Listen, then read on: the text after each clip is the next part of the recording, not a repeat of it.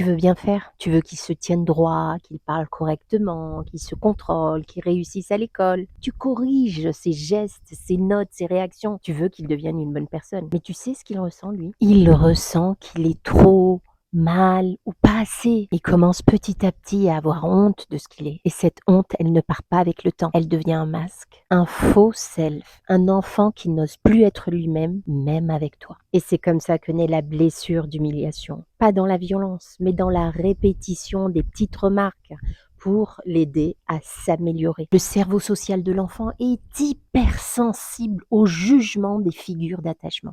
Et les micro-humiliations créent un schéma d'hypervigilance chronique. Il s'auto-surveille, il s'auto-restreint, il se rétrécit. Alors si tu veux l'aider à grandir sans se cacher, 1. Corrige le comportement, jamais la personne. Ce que tu as fait me dérange, au lieu de tu es mal élevé. 2. Donne-lui le droit d'apprendre en se trompant. Tu t'es trompé et c'est OK.